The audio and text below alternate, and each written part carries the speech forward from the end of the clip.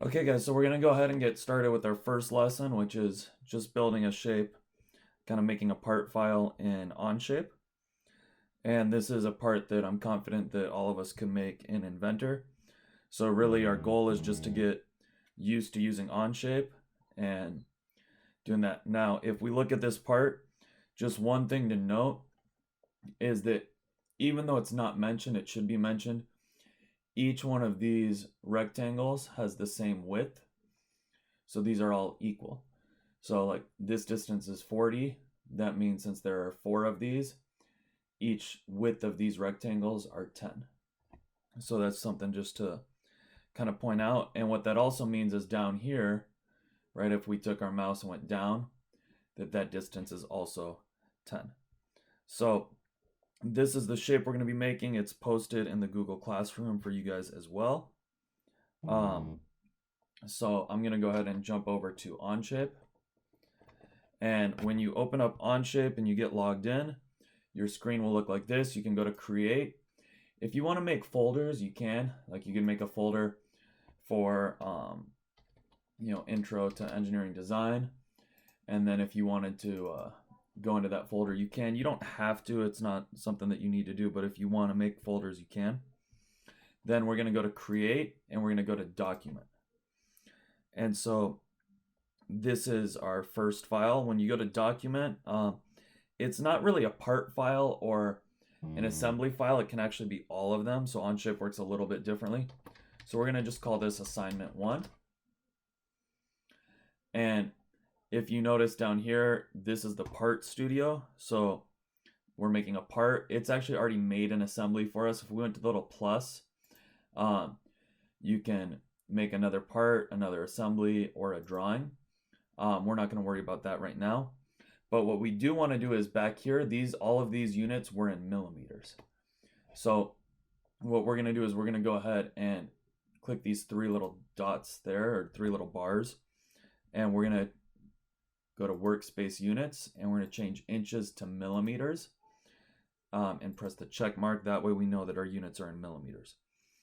Then we're going to start a sketch. And this is very similar to Inventor, where we have the front view, the top view, the right view. You also have over in the corner our view cube. We have our browser. So it's going to work very similar to how Inventor works. We're going to start on the front. Now, this is where it is a little bit different than Inventor, is that we're actually already in sketch mode. These didn't erase and our view didn't change. So what I'm going to want to do is just click the front. So now that we're looking at where our sketch is, and we see the origin, so we can line everything up on the origin. Remember, to define things, we need size and location. So I'm going to start with that bottom line. That bottom line was 80. So I'm going to click, and then I'm going to go to dimension, so just click the letter D. Let's see. Oh yeah, there it is. So dimension is this one with the 2 arrows, or you can click the letter D. And we're going to dimension this guy to be 80. Okay. Then after that, there's another line, and you can click L for line if you want to, that goes up at an angle. And again, we're going to go to dimension.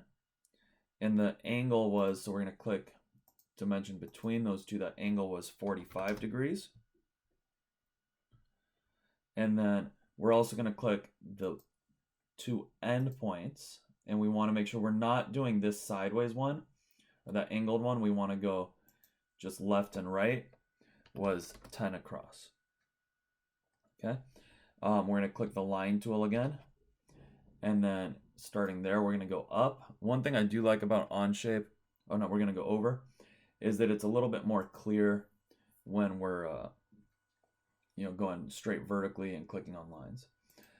And so now we're going to add in these dimensions, and looking at the file, it didn't give a dimension here for this width, but remember we said each one of these rectangles was 10. So we can assume that this guy is also 10 across. And then it doesn't give a height for just this part, but it gives the overall height was 40. So that's kind of what we're going to dimension, is from the top all the way down to the bottom is 40. Okay. Next, we're going to create another line. And this line is also over by 10. I'll click that. And dimension that guy to be 10. And then we're going to make two arcs. So just like 3 to the right of the line tool is the arc tool. And you want to click your first arrow or your first point. Your second point is going to be straight across. And then we're going to go down and we're going to make this a radius of 10. So when we dimension it, we're going to give it a radius of 10. And then the next one, we're going to click, we're going to make our line first. So we have a line over, and same thing, this one should have a dimension of 10. And then if we look at our second arc, right, it goes to those outside spots. So I drew the inside one, and now we're going to do the outside one. And this one, if you look at it, should have a radius of 20 because it's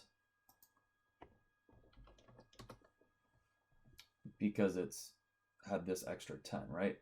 So the radius was 10. If we went 10 more, it becomes 20.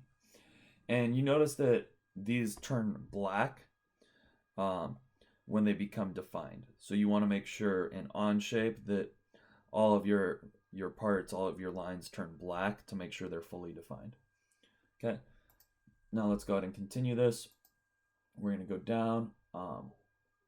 You should kind of see this yellow line to make sure that they line up. And then we're going to go over by 10 and then down. So I'm going to add that dimension, and this was 10. And then I think it may already have defined that as 45. Yeah. So that's 45. We didn't need that one. That's why it's kind of grayed out, is that we didn't need it. So if we want to go ahead and get rid of it, we can.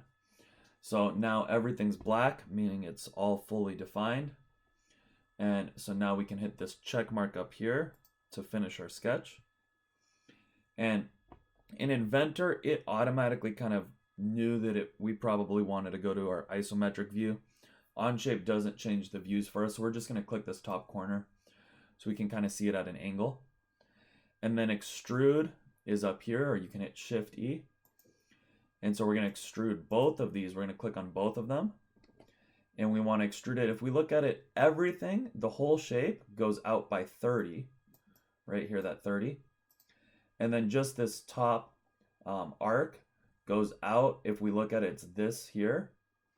And remember, from the right view goes up to the top view. So this up and down 40 is saying the overall depth. So it kind of goes out an extra 10. So we're going to just do the 30 for everything. Everything went out 30. And then we're going to hit the check. And now it erases, so we can't extrude it anymore. But if you notice, we still have sketch 1 here. And if we click the little eyes, it's going to make it visible again. And so I can see it again, so I can actually extrude a second time now. So now we're going to extrude, and we just want that shape. If you need to find it, you can also go to the back. It's a little easier to find. And now we want to go this one out by 40. You'd also switch the direction and go 10 backwards. But I'm going to go out by 40. And when we hit the check mark, you notice that we get this little extra piece. And so I don't want to have those dotted lines. So I'm going to get rid of my view. I'm going to hide that sketch. And now we're finished. Now the two things I want us to do extra are, we're going to go to part 1. And we're going to right click it.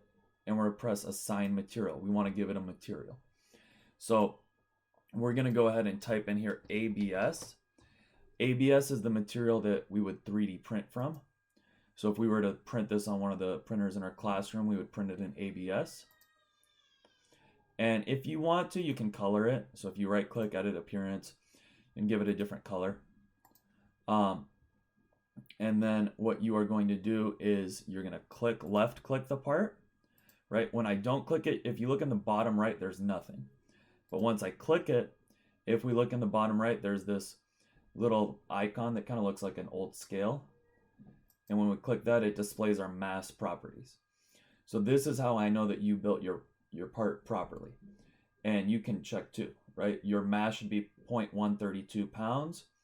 Your volume should be 57,000 millimeters cubed. And if you get those two, you know that you did this correctly. When you finish, what you guys are going to do is take a screenshot, or you can use your phone to take a picture of it. But what I need to see in your screenshot is your name up here. If I don't see your name, I'm not going to give you credit. Okay, I don't want people sending each other their files. So you're going to go ahead and do that. If you have a Windows computer, if you press Windows Shift S, it opens up the kind of snipping tool automatically. So Windows Shift S, and then you can just select all of this. So I want to see your name in there, and I want to see the material properties in there. And so then you would have this picture, right? And then you can go into the Google, you can save it. So I clicked on the picture and you save it, or you can put it into a Google Doc. You can like copy paste it into a Google Doc. However you guys want to do that, but I'm going to go ahead and just save it. And we would save it as like assignment 1. And I'll save it to the desktop so it's nice and easy for me to find. And then I would go to the classroom and I would upload that file. If you need help uploading your file or saving your file, please send me an email or post on the Google Classroom and I can help you guys out. But that's really it. Good luck making this part, and let me know if you guys have any questions. This part is going to be due, really since it's the first one, it should be due by Friday, but I'm going to give you guys up until Sunday to do it. So you have until Sunday night to finish this part and get it uploaded. If you have any questions, please email me beforehand. All right, thanks guys, hope you're doing well, and we'll talk soon.